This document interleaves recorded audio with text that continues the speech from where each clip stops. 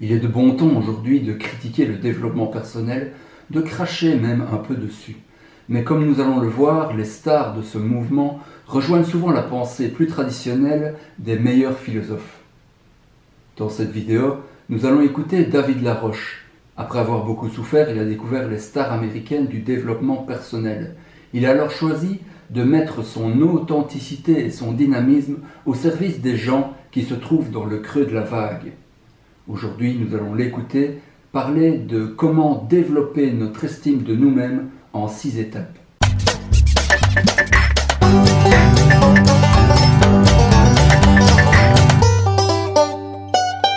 Pour moi, l'estime de soi, c'est la valeur que je me porte. C'est une clé dans mon bien-être et dans ma vie.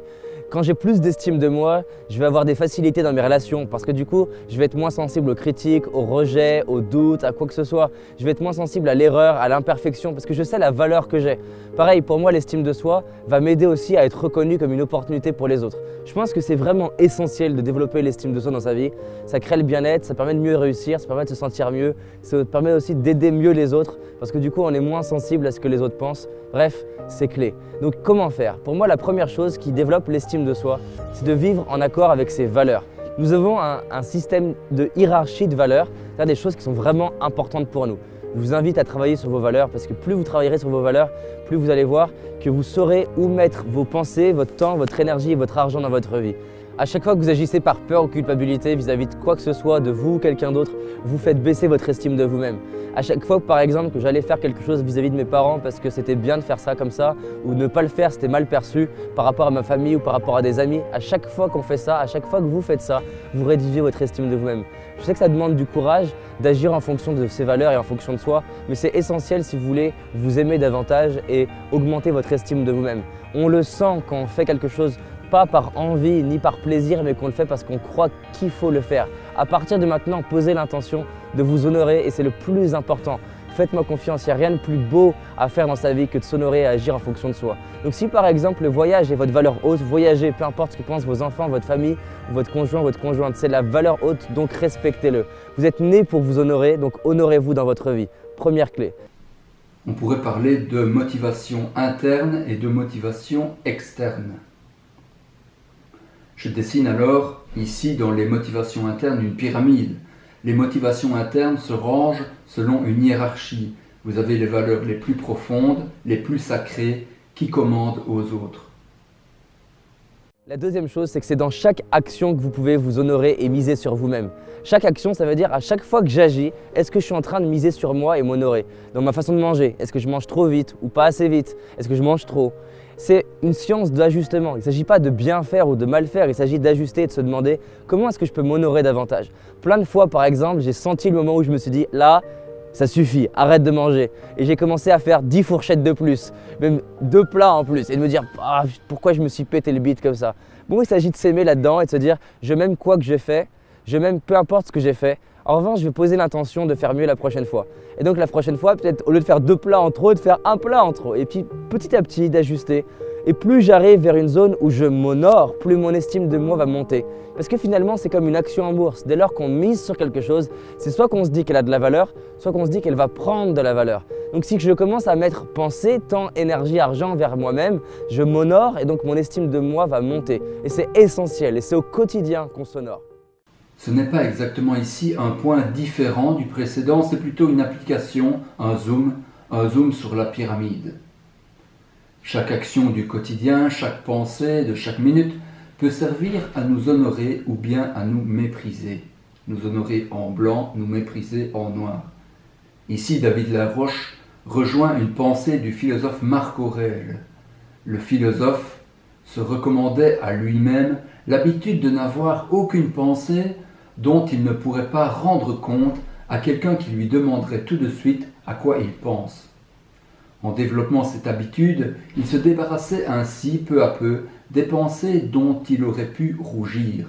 Marc Aurèle dit aussi que cette habitude est efficace dès aujourd'hui, dès maintenant. Quel que soit le point où on se trouve, on peut décider de faire attention à nos pensées, à nos actions quotidiennes. On peut veiller à ce que nos journées soient peu à peu de plus en plus lumineuses. Cela permet d'augmenter l'estime de soi. David Laroche parle aussi de s'ajuster. On pourrait se demander, s'ajuster à quoi? Les philosophes considèrent que l'être humain a deux parties, deux pôles, un pôle animal et un pôle rationnel. Cela revient à l'opposition que nous avions plus haut entre motivation externe et motivation interne. Les motivations externes correspondent à l'animal en nous et les motivations internes correspondent à ce qu'on pourrait appeler notre génie, notre principe directeur, notre esprit, notre raison. Il s'agit alors d'ajuster la partie matérielle à la partie spirituelle. La troisième chose qui permet de s'honorer, c'est la façon dont on se parle. Se dire « je t'aime », c'est vraiment la première étape au niveau du langage pour augmenter son niveau d'estime de soi. Je me répète que je m'aime, je me répète que j'ai de la valeur, je me répète que je suis une opportunité. Dans un monde où c'est prétentieux de se dire qu'on a de la valeur, je vous garantis que dans un monde où vous voulez développer l'estime de vous-même, c'est essentiel de le faire. Qui d'autre que vous-même peut vous dire que vous avez de la valeur? Oui, ça peut paraître prétentieux, oui, il y a des gens qui vont vous dire que ça ne se fait pas, mais moi je vous garantis, vous allez passer le plus clair de votre temps avec vous-même. Donc autant passer du temps avec une opportunité, autant passer du temps avec quelqu'un que vous aimez et de vous aimer donc vous-même. J'ai envie de m'aimer et j'ai envie de considérer que c'est une chance d'être avec moi, d'avoir mon corps et que donc les autres soient avec moi. Faites-le par amour pour vous-même si vous voulez augmenter votre estime de vous-même. 4, c'est de reconnaître vos talents. Je vois tellement d'artistes qui ont un talent inouï et qui en fait ne reconnaissent pas qu'ils sont brillants. Dans un monde pareil où être brillant c'est mal perçu. Non, je suis un génie, je suis brillant. Vous l'êtes aussi.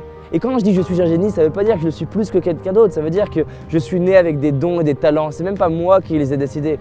Je n'ai pas décidé d'être autant observateur, je n'ai pas décidé d'être si bon en coaching. Je peux développer mes talents, m'entraîner et progresser, mais c'est plus fort que moi. Je n'aurais pas pu être Michael Jordan. Par contre, je peux être un excellent coach parce que ça fait partie de mon essence. Vous avez quelque chose en vous qui est de l'ordre du génie. C'est à vous de le développer, de le reconnaître et de l'accepter. Et ça va augmenter votre niveau d'estime de vous-même. Ici aussi, je crois qu'on peut regrouper les étapes. Pour ceux qui, comme moi, n'ont pas une très bonne mémoire, autant les regrouper, cela fera au final moins de points à retenir. Je parlerai généralement d'amour de soi, un amour qui se décline selon nos différentes parties, l'âme, l'esprit. L'âme, c'est la partie en nous qui prend des décisions, comme le dit David Laroche. Il s'agit de prendre conscience que c'est avant tout de nous-mêmes que nous devons attendre de l'amour. L'esprit, c'est notre génie, c'est le principe suivant, reconnaître son génie. Les deux points se regroupent autour de l'amour de soi, amour de notre âme, amour de notre esprit. La cinquième chose qui vous permet d'augmenter votre estime de vous-même, c'est de prendre soin de vous. Prendre soin de soi, ça peut être, par exemple, j'ai accompagné une jeune fille qui était en surpoids et qui a essayé tous les régimes au monde pour mincir et ça ne marchait pas. Et le jour où elle a commencé à se masser elle-même, et par exemple se masser le ventre, et ce n'était pas le fait de se masser qui était important, c'est que pour la première fois de sa vie, elle avait des actions et un acte d'amour envers elle-même. Avant, elle essayait de se dire « j'aime pas mon corps, donc tu dois changer ». Mais comment je voudrais que mon corps m'accompagne dans mon changement si je lui envoie de la haine et de la colère? Mon corps, c'est finalement mon allié, je suis là, il va m'accompagner tout au long de ma vie, donc je vais lui donner de l'amour et je vais commencer à l'aimer tel qu'il est. Et c'est ça où on va le voir dans d'autres vidéos au niveau de la loi d'intention, c'est que paradoxalement, le fait d'embrasser ma vie telle qu'elle est, tout en posant l'intention que ça change, c'est là où la magie arrive et les mystères du futur arrivent. Donc elle a commencé à se masser en apprenant à s'aimer là où elle en était, telle qu'elle était maintenant. Vous savez ce qui s'est passé et qui était bluffant? Le jour où elle s'aimait avec le poids qu'elle avait, elle a commencé à mincir de façon spectaculaire. Et ce qui est drôle, c'est que du coup, naturellement, son alimentation a changé et naturellement, elle s'est retrouvée à avoir une alimentation qu'elle cherchait à avoir avec des régimes, mais qu'elle a eu juste par la conséquence du fait qu'elle prenait soin d'elle-même dans ses actions, dans sa façon de manger, de bouger, de respirer. Et forcément, naturellement, elle a attiré d'autres hommes. Mais vous savez ce qui était marrant?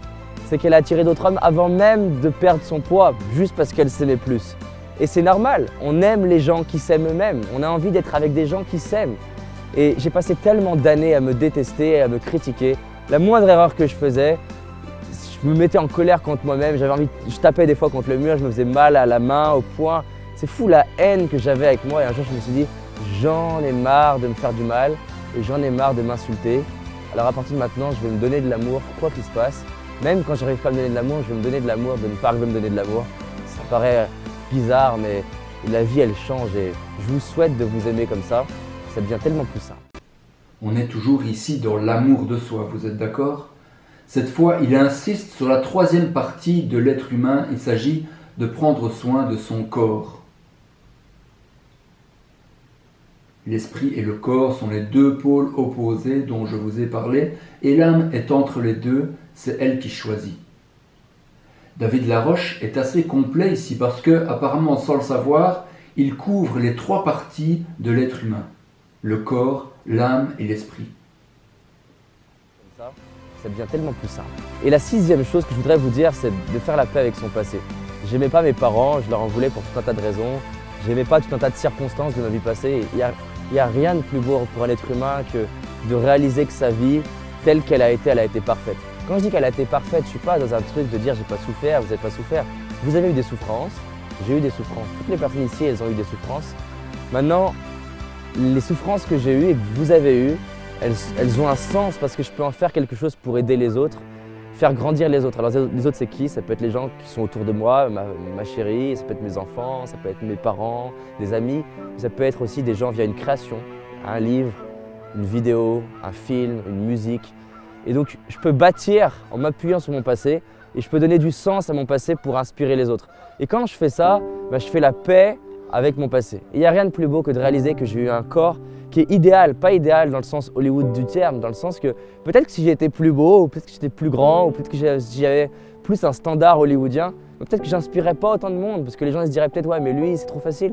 Et donc peut-être que j'ai juste tout ce qu'il faut, que j'ai eu les parents qui étaient parfaits avec le degré de plaisir et souffrance. Faire la paix avec son passé, c'est ce que je vous souhaite, et c'est d'ailleurs la raison pour laquelle je fais autant de séminaires. J'aide les gens à être en paix avec ce qu'ils connaissent, avec leur vie, avec leurs parents, avec eux-mêmes. Et c'est ça l'estime de soi, c'est se donner de l'amour quoi qu'il se passe et aimer son passé, son présent et aimer son futur avant même qu'il arrive, parce qu'il sera forcément parfait. À nouveau, je rattacherai ceci au principe précédent. Il s'agit ici encore de l'amour de notre âme, aimer notre âme aussi dans son passé, la respecter dans les choix qu'elle a faits. Pour David Laroche, ici, c'est terminé, il nous a donné 6 principes. Maintenant, je trouve que dans les étapes listées, il y a un certain déséquilibre et il y a un grand absent. David Laroche se comporte comme si l'estime de soi était quelque chose qu'on peut sans cesse booster. Mais est-ce vraiment le cas? Peut-on vraiment dire que augmenter l'estime de soi est toujours une bonne chose? Peut-on dire que l'estime de soi grandit de façon linéaire, que plus on la booste, plus on va l'augmenter? Il se pourrait bien, en fait, que la courbe commence à descendre à un moment donné. Alors il ne s'agit pas de rajouter toujours du bois dans la chaudière en se convainquant devant le miroir qu'on est un génie. Celui qui s'estime trop lui-même va s'estimer pour de mauvaises raisons parce qu'il a de beaux yeux, par exemple, ou que son père avait un gros compte en banque. Toutes sortes de choses qui relèvent de l'externe, du hasard. L'amour de soi prôné par David Laroche est un peu bancal. Quelque part, il est sans fondement, il est inconditionnel. Mais puisqu'il est sans fondement, il est aussi fragile et il risquera de partir en vrille. Les philosophes disent qu'il est bon de s'estimer soi-même le plus possible, mais à condition que cette estime soit juste. Voilà ce dont David Laroche ne parle pas. Et ce qui rend cette estime juste, c'est de ne l'appuyer que sur nos propres mérites, sur les actions qui ont été accomplies en suivant une motivation interne. Ainsi fondée, l'estime de soi ne risque pas de partir dangereusement en vrille, là où elle risquerait de s'effondrer au moindre choc. Il s'agit de veiller à s'appuyer sur un rocher solide plutôt que sur du sable. Le principe qui manque à David Laroche ici, c'est donc le principe de justice, le principe du mérite. L'amour de soi dont il parle est un amour maternel, sans condition, ce n'est pas un amour paternel structurant. Plutôt que de retenir 6 principes, je vous propose donc d'en retenir seulement 3. Premièrement, s'appuyer tant que possible sur une motivation interne. Ensuite, l'amour inconditionnel de soi-même dans nos 3 parties, corps, âme, esprit. Et enfin, la justice, c'est-à-dire ne faire reposer l'estime de soi que sur nos propres mérites, de façon à ce qu'elle soit vraiment forte et stable. Et je vous garantis, votre estime de vous-même, elle va faire des bonds. et ça va aller plus vite que ce que vous imaginez. Ça prend du temps, mais ça ira plus vite. Si vous avez aimé cette vidéo et que vous pensez qu'elle peut aider un ami, voilà, s'il vous plaît, au moins pour une personne, cliquez sur le bouton partage. Et j'insiste parce que j'aurais tellement aimé tomber sur une des vidéos comme ça quand j'avais 15 ans et que je me sentais mal. Et vous imaginez pas comment juste un partage peut faire la différence vis-à-vis de vos amis. Donc voilà, assumez que cette vidéo peut aider des gens et rappelez-vous, on avance ensemble. Merci à vous. J'ai fait cette vidéo car je voulais me lancer publiquement un défi. Mon défi, c'est d'écrire en 3 mois un livre, moi qui n'ai jamais écrit de livre, un livre sur Saint François d'Assise, sur sa philosophie. Nous sommes début juin et le livre doit être fini dans 3 mois, fin août 2022. Si je fais cela, c'est bien sûr pour moi, pour me pousser à écrire, pour clarifier mes idées sur l'estime de soi, car François était selon moi un grand maître de l'estime de soi. Mais c'est aussi pour vous que je fais ça, pour vous montrer la voie royale pour augmenter son estime de soi.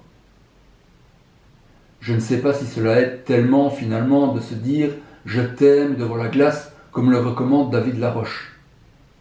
Ce que je sais, c'est qu'en nous fixant des objectifs, alors nous nous mettons en danger et que nous augmentons les chances de gagner en mérite. Notre estime de nous-mêmes est alors renforcée de façon naturelle, car elle s'appuie sur une base solide. À ce moment-là, alors, comme dit la Bible, amour et vérité se rencontrent.